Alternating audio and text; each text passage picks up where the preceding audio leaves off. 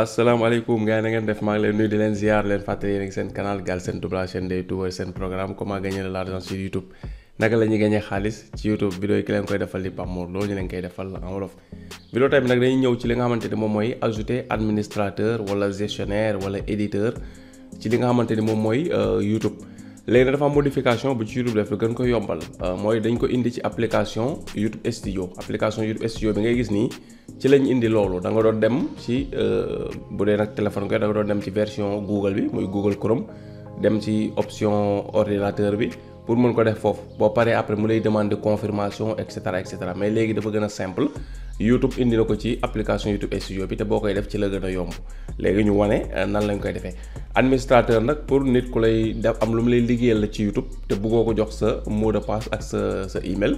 mu jox la moom email am moom mu créé compte Gmail jox la Gmail am nga ajouté ko muy gis sa chaîne YouTube ci Gmail am pour mën lay liggéeyal li nga bëgg mu liggéeyu léegi nag am na ay niveau yoo xam ni moom nga ko si mën a jox léegi ñu wan leen ko voilà léegi application YouTube Studio boo si ñëwee bii bu ngeen fàttale ko mooy chaîne bi ñu doon defee cours bi voilà dinañ leen ko wan tam ci chaîne boo xamante ni dafa transférer autorisation yi ci compte de marque ci li nga xamante ni moom mooy Google su fekkee chaîne bi compte de marque la ba pare nga ajouté ci ay administrateur wala ay gestionnaire publicité et cetera ci version li nga mooy ordinateur bi ci Google su ko defee données yooyu ci YouTube Studio day dañ dootoo ko fi mën a ajouté fii ak dindi woo loolu maanaam soit da nga koy jaare fii ci YouTube bi wala nga dem jaare ko Google mais mënoo utiliser noo ñaari en même temps loolu lañ defagum jusqu'à présent voilà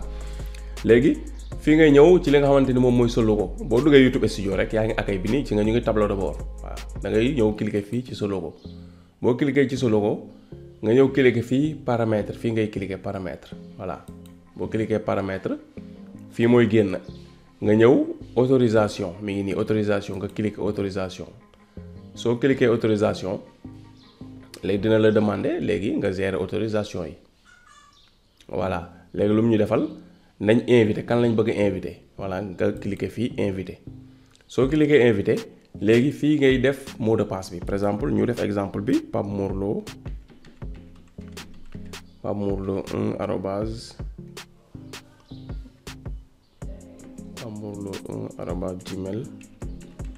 1@gmail.com waaw mooy sama email principal laa bëgg a ajouter fii léegi boo dugalee fii email ba pare nga vérifier nag ba xam ki nga bëgg dugg email bi amul erreur nga vérifier ko parce que si yow amee erreur dem invitation bi ci emailu keneen lay dem parce que email bëri nañ bëri boo xam ni email booy tàppe ñaare bu amee erreur te mu dem ci emailu keneen voilà loolu da nga koy vérifier léegi nag soo ajouter email ba pare léegi nag nga ñëw fii jox rôle bi nga ko bëgg a jox bii mooy premier rôle bi mooy gestionnaire ngeen fàttali ko bañ ci doon mu jëlee vidéo def na 2 ans wala côté yooyu mi ngi nekkoon administrateur la tuddoon léegi YouTube changé na ko def ko gestionnaire ba léegi moom même rôle yi administrateur amoon presque la am rek moo tax c'est la même chose à peu près voilà comme dafa transférer administrateur ci Google ba moo tax léegi fii mu def fi gestionnaire voilà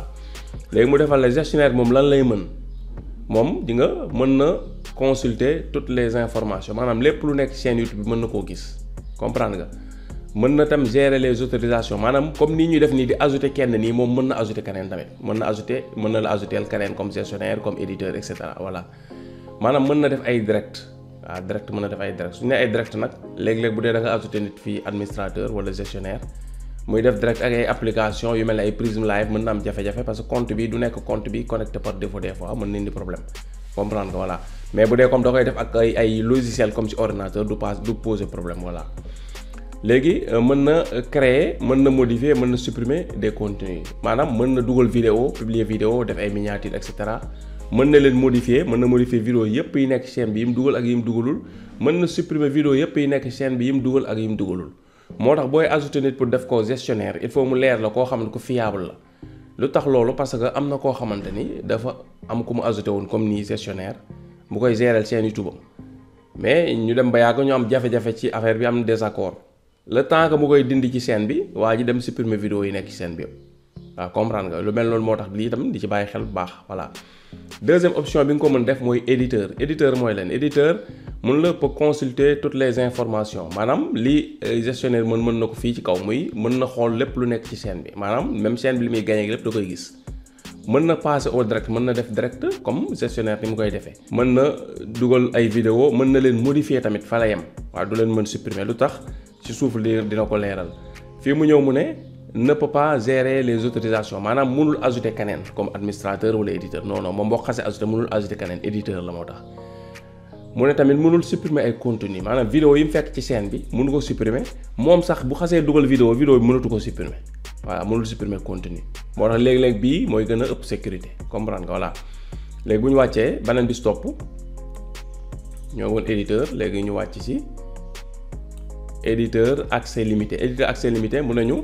même autorisation que pour le rôle d'éditeur maanaam éditeur bi ñu lim sànq autorisation yi mu am yëpp am na ko ba mu des mu ne la mais ne peut pas consulter les données sur les revenus ba mu des di gis li chaîne bi di gagné voilà éditeur accès limité moom mën na def yëpp waaye mënul supprimer benn contenu ci chaîne bi mënta gis tam chaîne bi ñaata lay gagné par exemple bu dee na nga jël nit boo xam ne yaa ngi koy defarloo miniature kase moom bii baax na wala nga koy mu am vidéo yi mu lay defaral bu ko defaree pare au lieu mu la koy envoyé ngay dugal nga jox ko accès moom muy defar vidéo yi du ko dugal biir YouTube mu jeex def ci miniature mu yem foofu sa chaîne lu muy gagné du ko xam yi sa du ko xam bii dem baax na pour loolu voilà. beneen bi stop mu ne éditeur de sous-titres moom lan la mën peut ajouter modifier et supprimer des sous-titres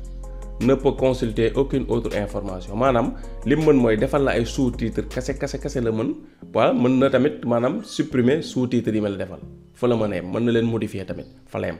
sous-titre mooy vidéo boo xam ne da nga ko def en wolof par exemple tey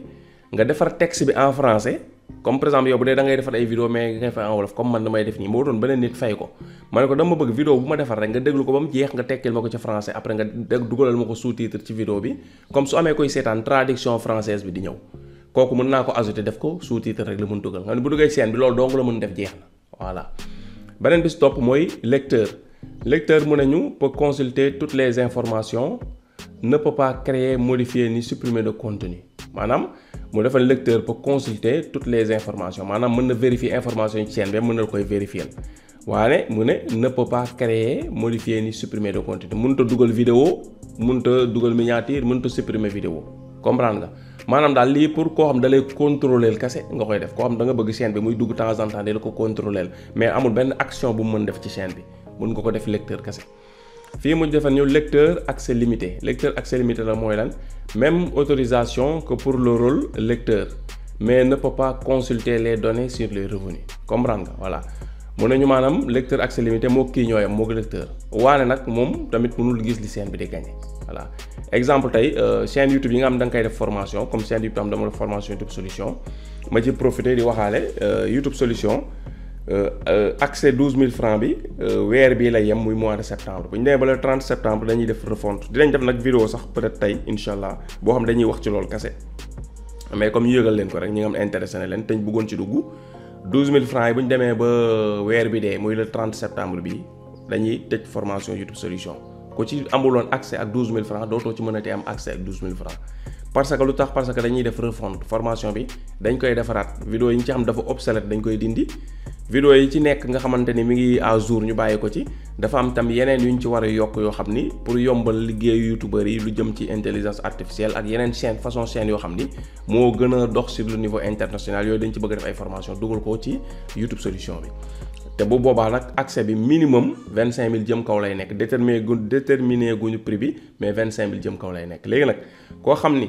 bëgg nga ci amoon nga yéen a dugg ci 12000 francs mais nga yéexal li xaar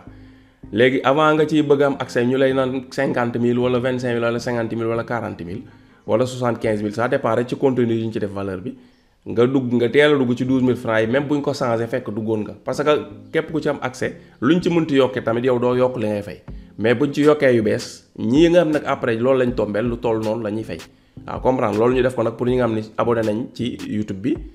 ak tam ñi ngi ci communauté Galsen Tube pour ñu profiter ci waa loolu moo tax parce que bu ñu ko modifier après dañ ko defal promotion pour ñeneen ñi nga xam ne intéressé na leen te suivre chaîne bi ñu mën ci am accès dañ ko defal publicité YouTube publicité Facebook mais loolu yëpp defaguñ ko woon comprendre dañ ko yemale woon rek ci communauté bi léegi képp ko am ci communauté nag bëgg nga ci dugg te bëggoo fay 25000 wala 50000 il est l'heure nga dugg ci fii ba le 30 nga am le 30 dañuy arrêté dootuñu ci ajouté kenn fii ak changé wuñ formation ba pare incha allah voilà léegi nag benn boo ci xamante ni choisir nga ko lan ngay def da ngay coché bi nga xam ne choisir nga ko par exemple tey bu dee dañoo bëgg a ajouter gestionnaire lañ bëgg a ajouter fii ngay coché boo coché rek léegi nga invitation bi nga mën a envoyé day daal di ñëw pour nga mën a envoyé invitation parce que nga coché nañ léegi gestionnaire lañ bëgg a def lañ la ñuy def léegi cliquer fii envoyer l'invitation voilà ñu cliquer ko suñ ko cliquer gis nga mu wax ñu vous êtes responsable des actions des personnes que vous autorisez à accéder à votre chaîne maanaam mu ne ki ngay waaj a invité ci sa chaîne kat lépp li nga xam ne def na ko ci chaîne bi yow yaay responsable parce que yaa ko ci invité waaw nga d'accord ne ces personnes pourront également accéder à des contenus privés tels que des vidéos et des playlists maanaam mu xamal leen tam bu dee sa chaîne YouTube da nga cee dencoon ay vidéo yoo xamante ni bëggoo kenn gis ko sa ay vidéo privé la comme nga dencoon vidéo ba xam daal yow vidéo bi kenn waru koo gis mais nag bëggoo woon ko def sa téléphone yooyu nga dugal ko sa biir chaîne YouTube mais def ko privé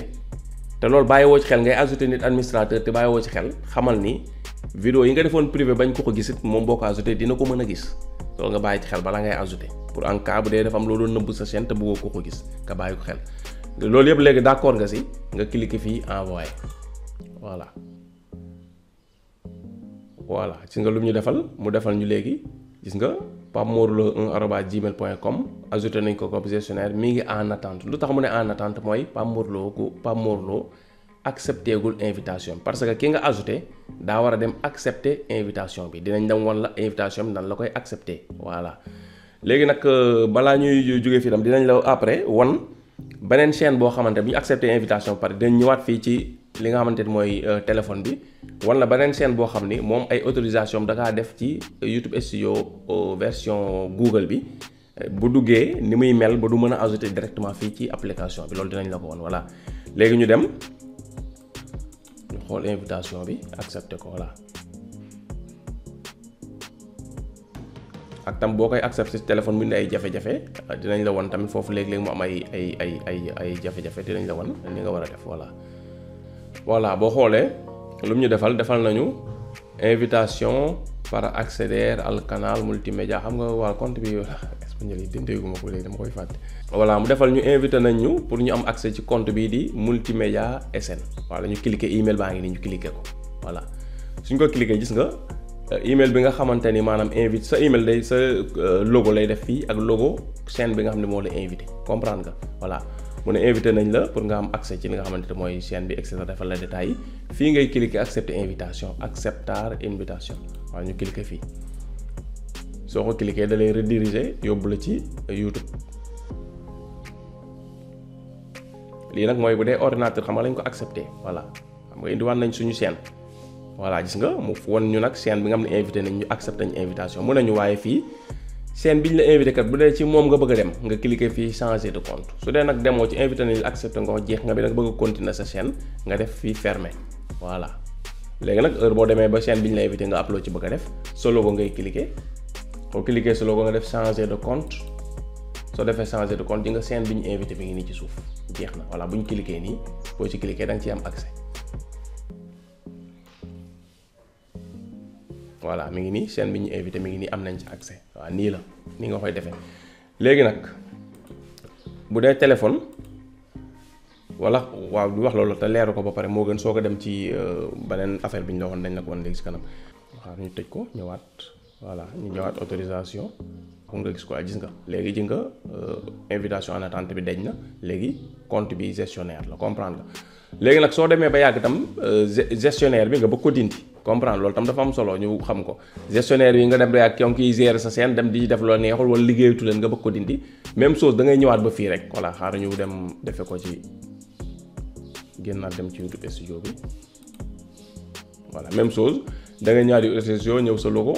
boo ñëwee sa logo nga ñëw paramètre soo ñëwee paramètre nga ñëw autorisation voilà soo ñëwee autorisation lan ngay def nga cliquer ko soo ko cliquer nga ñëw fii nga def supprimer nga def confirmer suppression bi voilà jeex na dem na nekkatu fi voilà après nga cliquer fii daal di génn arrière nekkaat ci sa accueil YouTube studio comprendre nga voilà yomb na léegi nag su fekkee ne par exemple invitation bi da nga koy accepter ci téléphone comme ñu invité la nga dugg sa Gmail ci téléphone bëgg ko accepter léegi-léegi mu bëgg la bloquer comprendre nga bëgg la yóbbu ci YouTube studio comme ni ñu waxoon su la bëggee yóbbu ci YouTube studio bi toujours am expliqué woon nañ ci formation bi ni ngay def mooy da ngay dem ci sa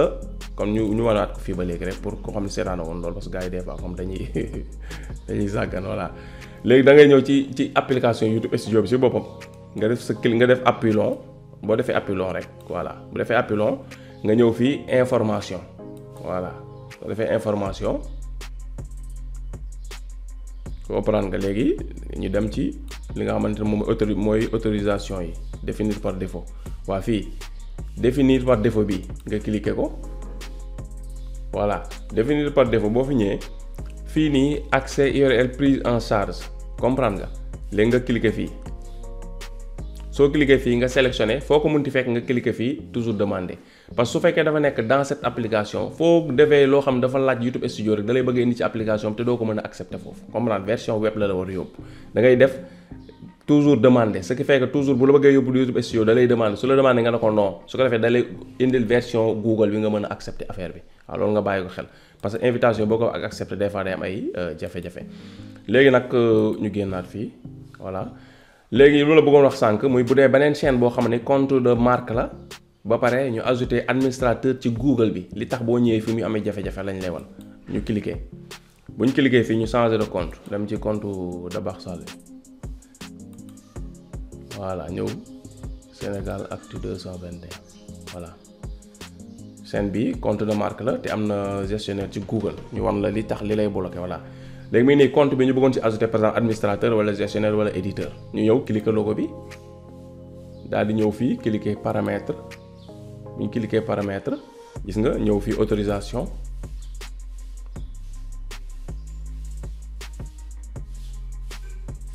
gis nga bu ñu cliquer autorisation lu mu ñuy def transférer les autorisations vers YouTube Studio lu tax mun nañu maanaam autorisation wu pour nga mën a gérer scène bi di ci ajouter ay nit demal nga indiwaat ko YouTube Studio ba pare soo ko mën a def li lu tax parce que dañ koo dem yóbbu ci Google bi parce que compte de marque la ñu ajouter ci Google bi propriétaire léegi dootu la mën a bàyyi fii nga fi ajouter ay gestionnaire ay éditeur il faut nga dem maanaam nga renverser ko dindi maanaam ajouter bi nga ajouter woon maanaam ci compte ci Google bi gestionnaire et cetera nga dindi ko soo ko dindee rek da ngay mën a ajouter fii après day ñëw voilà nii la soo duggee ci sa chaîne YouTube nga bëgg a ajouter kenn mu def nii rek xamal ni ci sa compte Google compte bi compte de marque la ba pare ci compte Google bi ajouter nañ fa kenn nga dem vérifier loolu bu dee même bu dee yow defoo ko am na kuñ fa ajouté nga dem vérifier ko voilà su defee lii rek am na kuñ ajouté ci compte Google bi nga dem vérifier ko voilà loolu mooy différence bi kon vidéo bi fii lañ koy yemale di leen jox rendez-vous ba vidéo bii di ñëw incha allah rabbi jërë ngeen jëf.